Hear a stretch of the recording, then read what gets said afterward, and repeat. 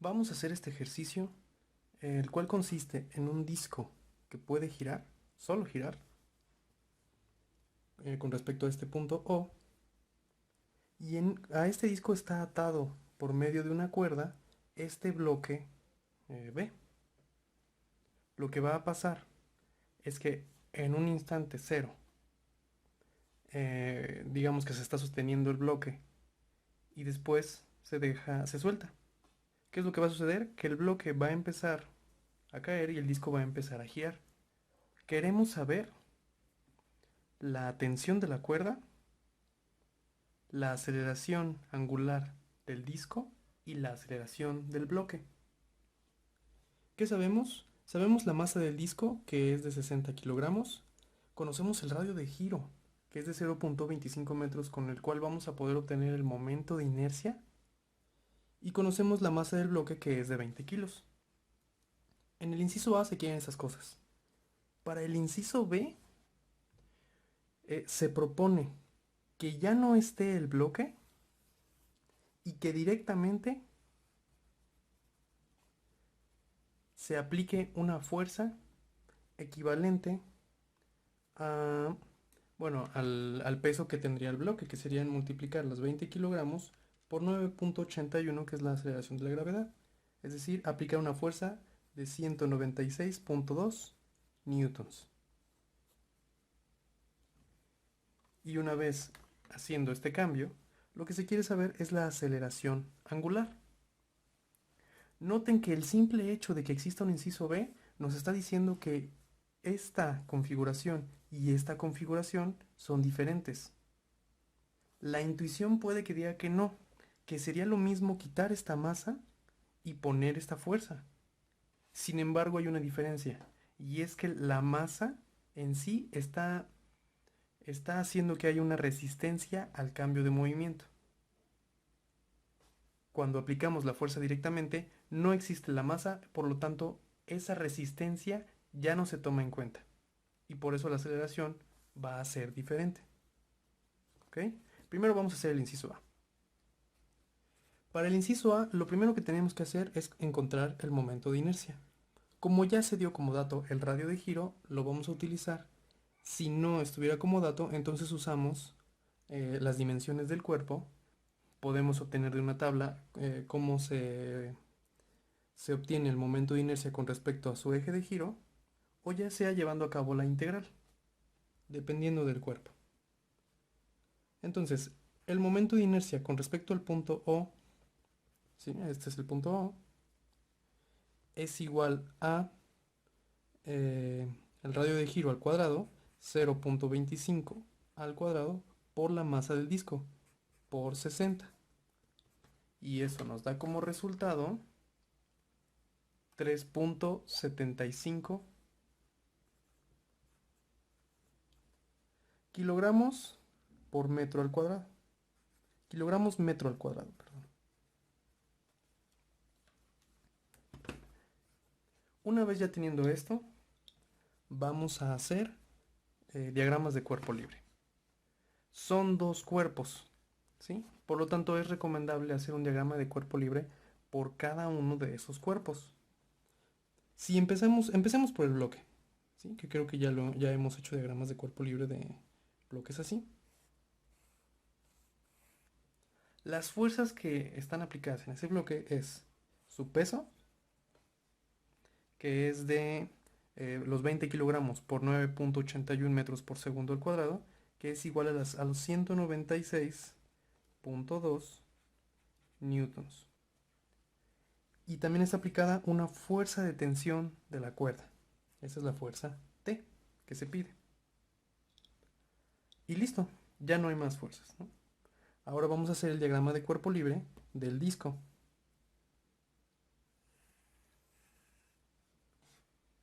Bueno, pues este disco tiene aquí una fuerza aplicada, que es la fuerza de tensión. ¿Qué más?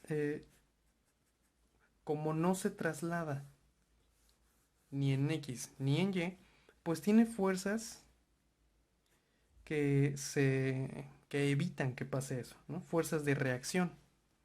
Llamémoslo RY y RX. el sentido en el que las estoy poniendo es totalmente arbitrario. También existe el peso de este cuerpo, que es igual a la masa por su aceleración.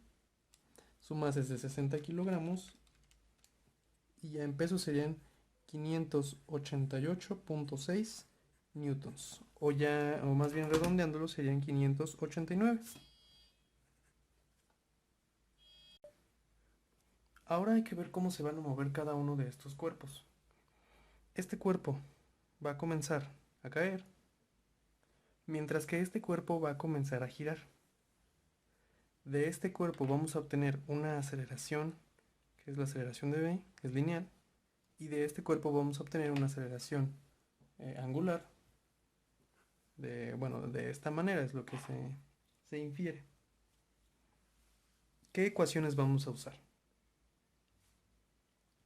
Para este cuerpo vamos a usar, podemos usar las ecuaciones de suma de fuerzas en x es igual a 0, suma de fuerzas en y es igual a 0, y suma de momentos con respecto al punto O.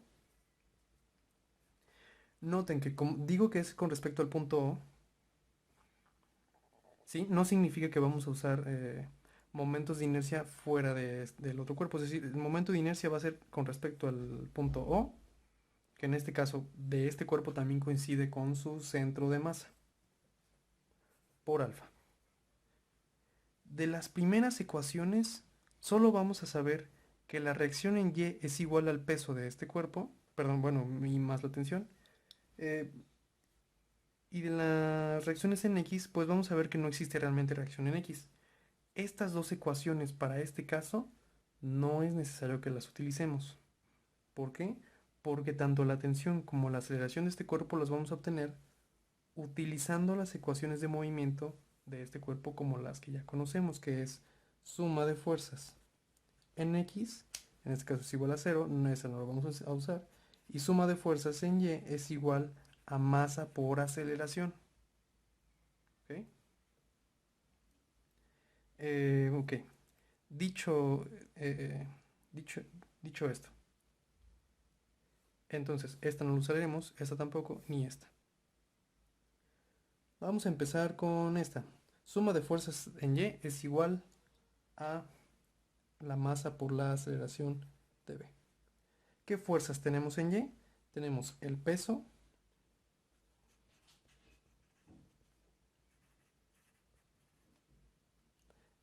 que es de 196.2, menos la tensión. ¿Por qué estoy diciendo menos la tensión? Porque mi sistema lo estoy haciendo de esta manera,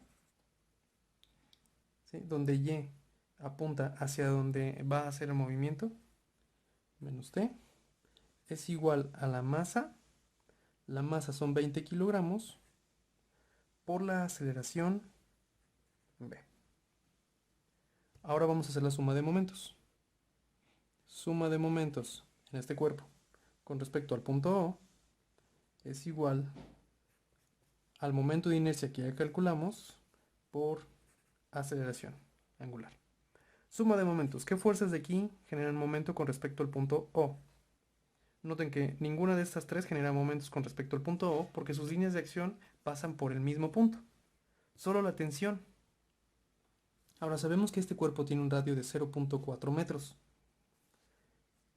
Y si tomamos en cuenta los momentos con ese sentido, antihorario es positivo, la fuerza de tensión T genera un momento positivo con respecto al punto O.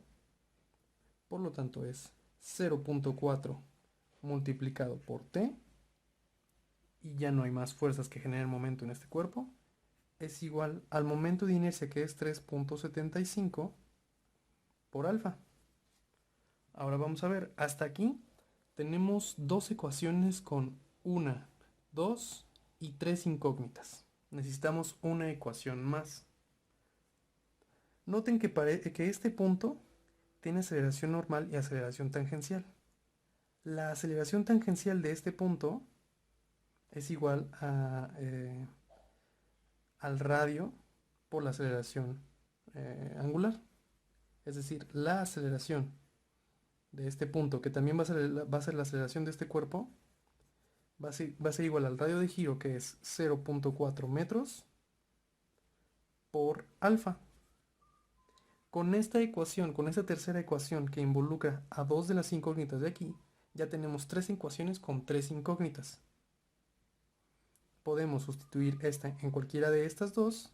En este caso, como ya está despejado la aceleración de B, podemos sustituirla aquí y después resolver el sistema de ecuaciones. Si hacemos eso, entonces lo voy a hacer aquí.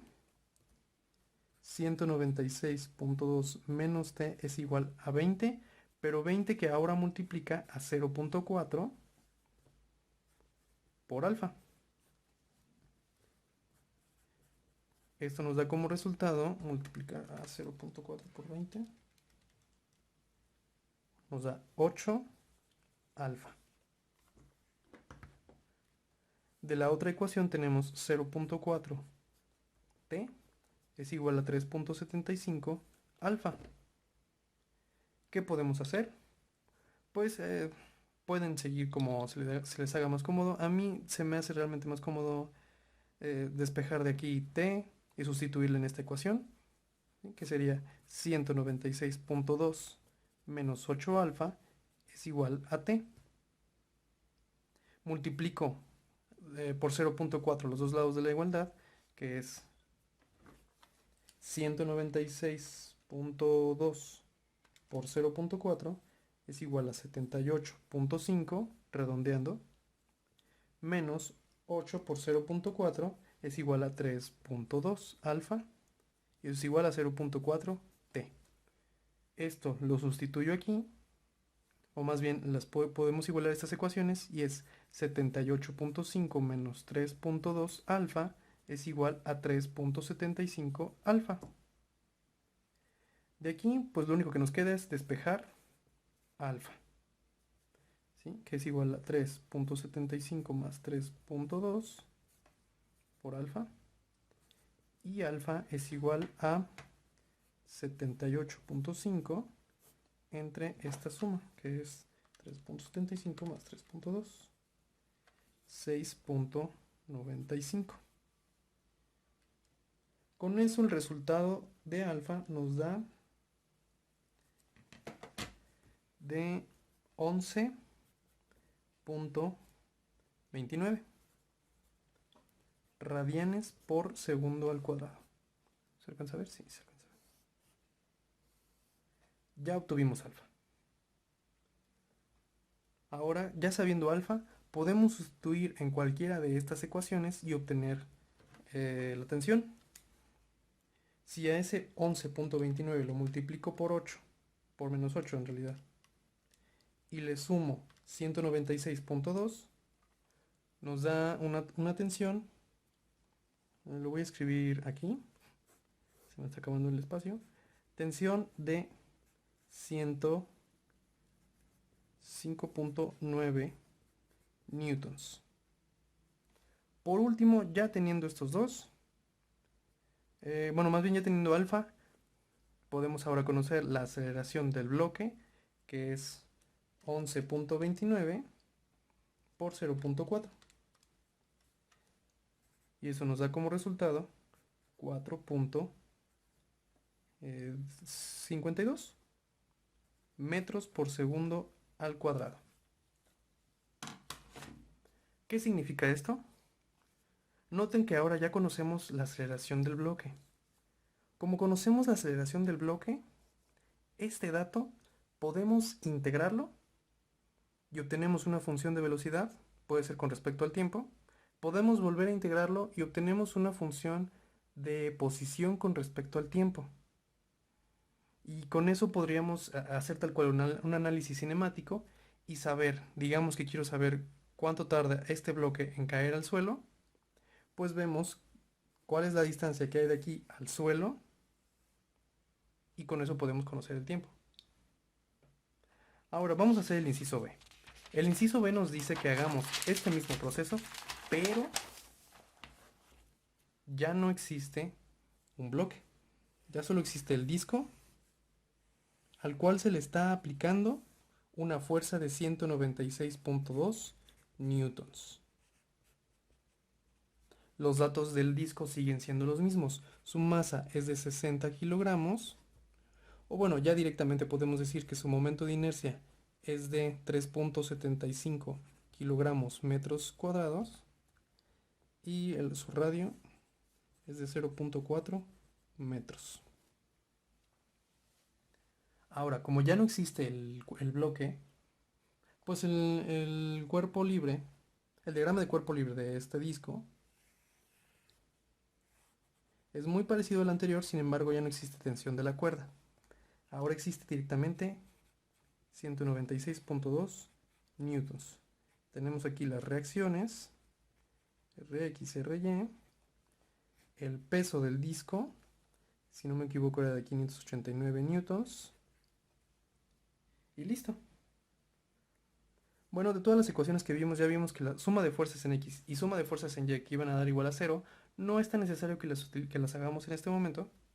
Podemos ir directamente con suma de momentos con respecto al punto O es igual al momento de inercia por alfa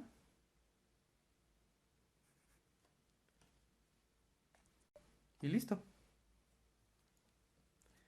Por lo tanto, suma de momentos, seguimos teniendo solo el peso con respecto al punto O, seguimos tomando lo positivo y es 196.2 multiplicado por el brazo de palanca, que es 0.4 metros.